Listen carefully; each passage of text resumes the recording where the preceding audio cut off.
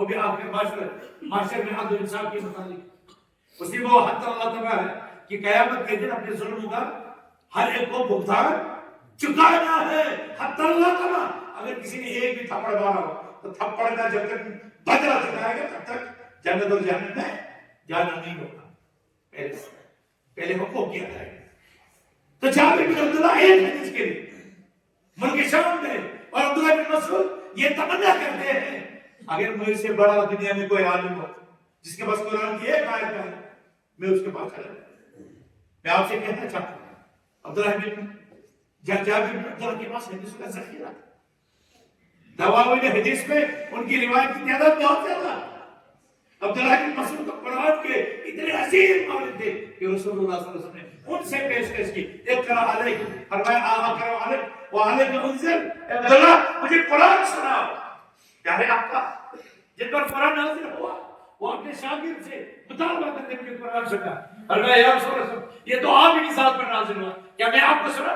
کہا احب ان اسمع من غیری میں پسند کرتا ہوں اس قرآن کو دوسروں سے سنو. اور پھر سنا اور چشمہ استقبال ہوئی. چشمہ استقبال قرآن کی تلاوت سے ایمان کی لیول اونچی ہوتی ہے. انما المؤمنون الذين اذا ذكر الله وجلت قلوبهم واذا تليت عليهم آياته زادت.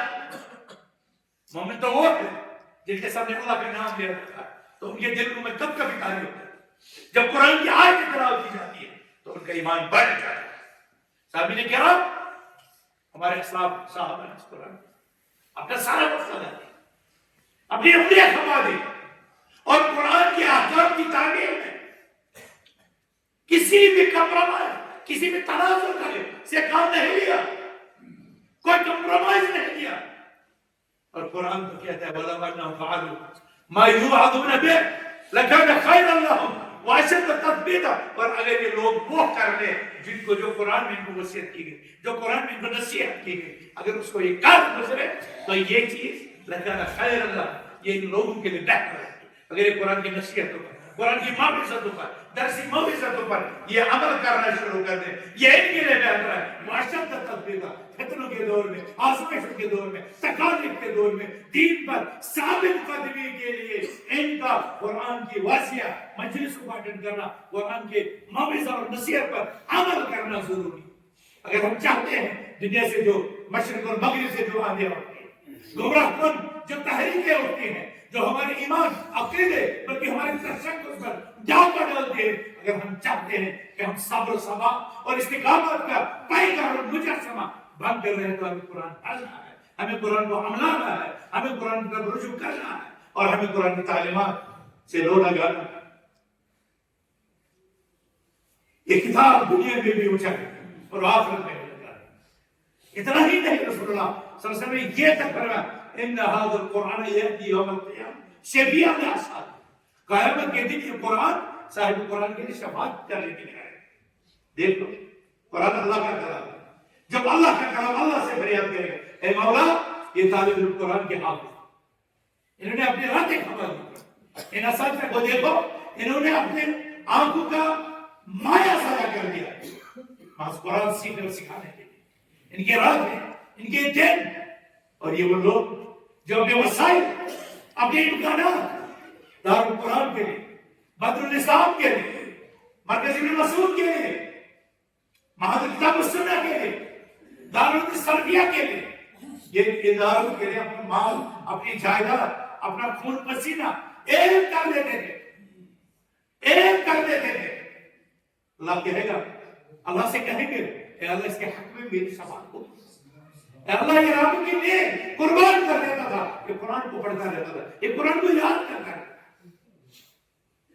رات بھر اس کو لگا اس کے سامنے نرم گداز بستر پڑا لیکن یہ اس سے دور قرآن کی تلاوت کرتا ہے.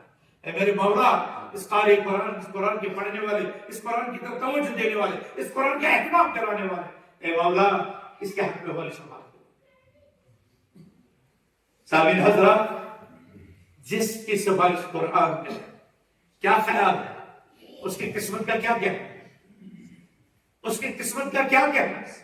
ایک طرف اسے رکھ لیجیے دوسری طرف اسے رکھ لیجیے وقال الرسول یا ان قوم اتخذوا القرآن، وہ وقت یاد کر لیجیے جب رسول اپنے رب کے سامنے فریاد کر لیجیے، دعوت ہے کچھ لوگوں کے متعلق دعوت آئے ہوگا رسول اللہ صلی اللہ علیہ وسلم کی طرف سے، جو رحمت للعالمین، جو گناہ گاروں کے لیے شفاعت ہے، لیکن قرآن کے ساتھ توجہ نہ دے، قرآن کو تعاقب میں رکھنے کے لیے قرآن کریم کو پھانسی پر ڈالنے والے وقال رسول یا ان کے خلاف شکایت لے گئے اللہ کے دربار میں ہمارے رحمت پیغمبر آپ صلی اللہ علیہ وسلم شکوہ اپنا ہوئے، یا رب ان قوم اتخذوا هذا القرآن، اے میرے رب میری اس قوم نے اس قرآن کو پھانسی پر ڈال دیا۔ ہمیں سے کتنے پھانسی پر ڈال دیا؟ بسا اوقات مہینے کے بعد ہوتے، بسا اوقات سال کے بعد، بسا اوقات صرف قسم کرنے کے ہوتے۔ کیا تعلق ہے ہمارے اس قرآن، کیا رشتہ ہے ہمارا، کیا عظمت بیٹھی ہے اس قرآن کے بارے میں؟ جب رسول رب سے شکایت کر رہے ہیں میرے رب میری قوم نے اس قرآن کو پس پش ڈال دیا، میرے سامنے کرام مجھے ایک بات کریں، اپنے دلوں میں دل کی اتھا گہرائیوں میں جا کر اپنے گریباں میں جا کر بتائیے، اگر ہم وہ بدنصیب ہوں جن کے متعلق رسول شکایت کرتے تو ہماری بدقسمتی کا حال ہوگا، ہمارا کیا کرے گا، ہمارا کیا بنے گا؟ جس رسول کے مطابق ہم یہ امید لگائے بیٹھے کہ وہ رسول ہمارے گناہ کی شفاعت کرے گا۔ اللہ کی رحمت ہمیں ڈانپے گا اور وہاں اگر رسول ہی شکایت کرنے بیٹھ جائے پھر کیا ہوگا؟ یہ لمحہ فکری ہے مردوں کے لیے، عورتوں کے لیے جو قرآن سے دور ہے، جو قرآن کو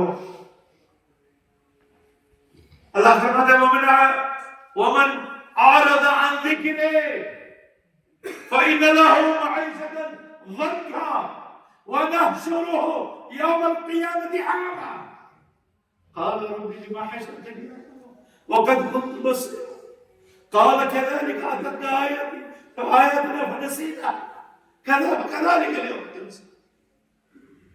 جس نے میرے ذکر اللہ نے فرمایا إنا نحن نزلنا الذكر وإنا له لحافظون ولقد يسرنا القرآن للذكر فهل من مدکر، ہم نے اس قرآن کو ذکر کے طور پر نازل کیا، کوئی ہے اس عبرت پکڑنا، کوئی اسے درس لینے والا، کوئی اس کو یاد کرنے والا، کوئی اس کو سمجھنے والا، کوئی اس پر عمل کرنے والا، ہم نے اس ذکر کو نازل کیا اور ہم اس کی حفاظت کرنے والے اللہ کا بھرما۔ اور پھر فرماتے ہیں ومن اعرض عن ذکری، جو میری اس ذکر سے اعراض کر لے، منہ دوسری طرف کر لے، فَإِنَّ لَهُ مَعِيشَةً ضَنكًا، ہم اس کی دنیاوی زندگی کو عجیب کٹھن آزمائشوں، ابتلاءات، امراض، مشکلات کی آواز کا بنا دی، عجیب بنا دی ہے اس کی زندگی۔ 1.5 ارب کو دیکھ کے کیا حال بنا ہوا، گاجر مولی ہو رہی ہے، کوئی وزن نہیں، کوئی اہمیت نہیں، کوئی عزت نہیں، قرآن سے دوری کرتی ہے۔ وہ زمانے میں معزز ہے مسلمان ہو کر، اور ہم خار کیا مسئلہ ہے، کیا انتظار ہے ہماری، کیا حیثیت ہے ہماری اقوام عالم میں؟ یہ ہم کیا کریں؟ یہ ذلت ہم نے مول لی، یہ ذلت ہم نے خود اختیار کی، یہ پسمائی ہم نے خود اختیار کی، کیونکہ ہم نے عزت کی کتاب کو چھوڑ دیا، کیونکہ رفت کی کتاب کو ہم نے چھوڑ دیا، ہم نے اپنے بچوں کو اس کی طرف نہیں لگایا۔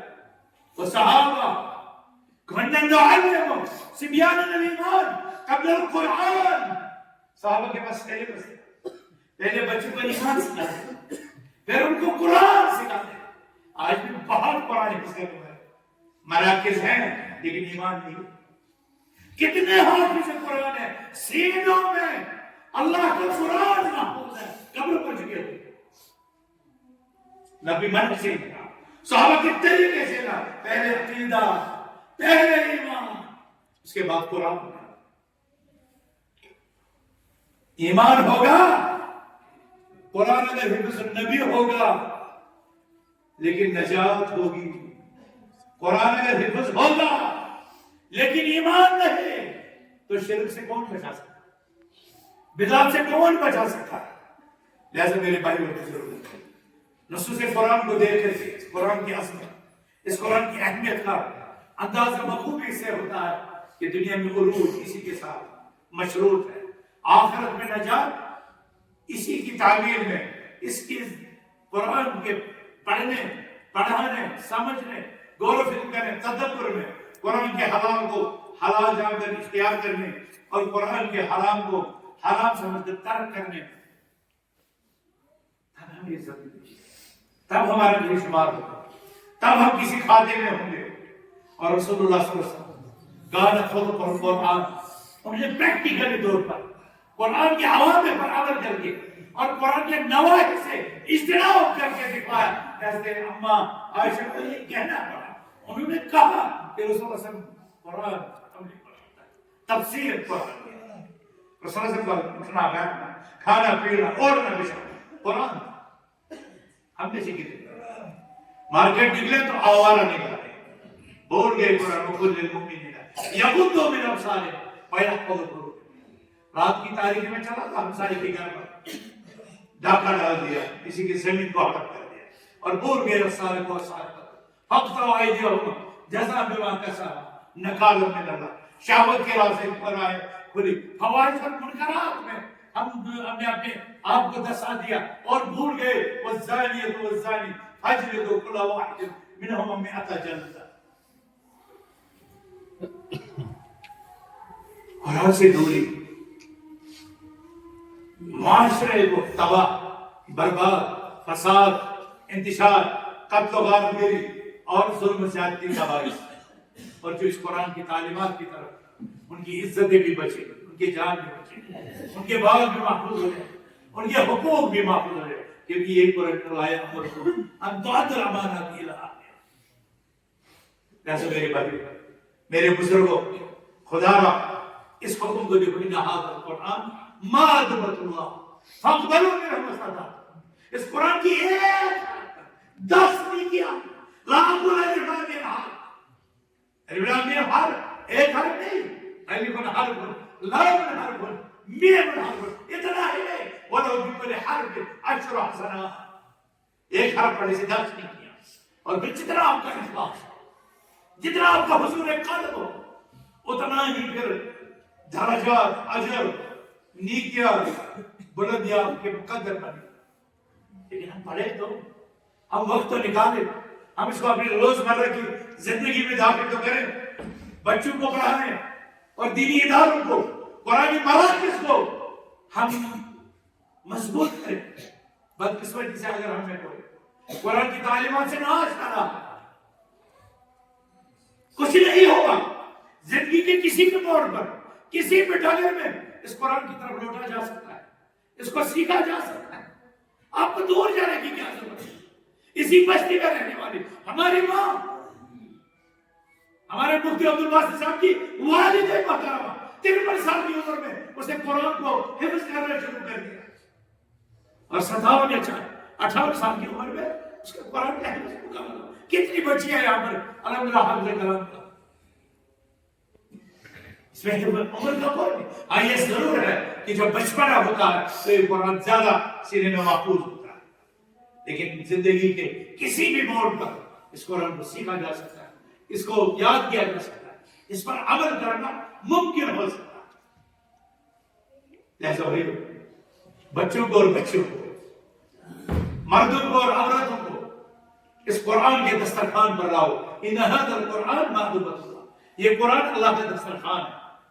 فاقبلوا منہ ما استطعتم، اور اس دسترخوان سے جتنا چن سکو اتنا چنو، جتنا حاصل کر سکو اتنا حاصل کرو، اور جتنا زیادہ حاصل کرو گے اتنا آپ کی ثابت کرنے کے لیے، اتنی آپ کی آنکھوں کے لیے، اتنا آپ کے جسم کے لیے، اتنا آپ کے دل کے لیے، اتنا آپ کے اعضاء بدن کے لیے، اتنا آپ کے گھر کے لیے، اتنا آپ کی سوسائٹی کے لیے زیادہ فائدہ، زیادہ بہتر.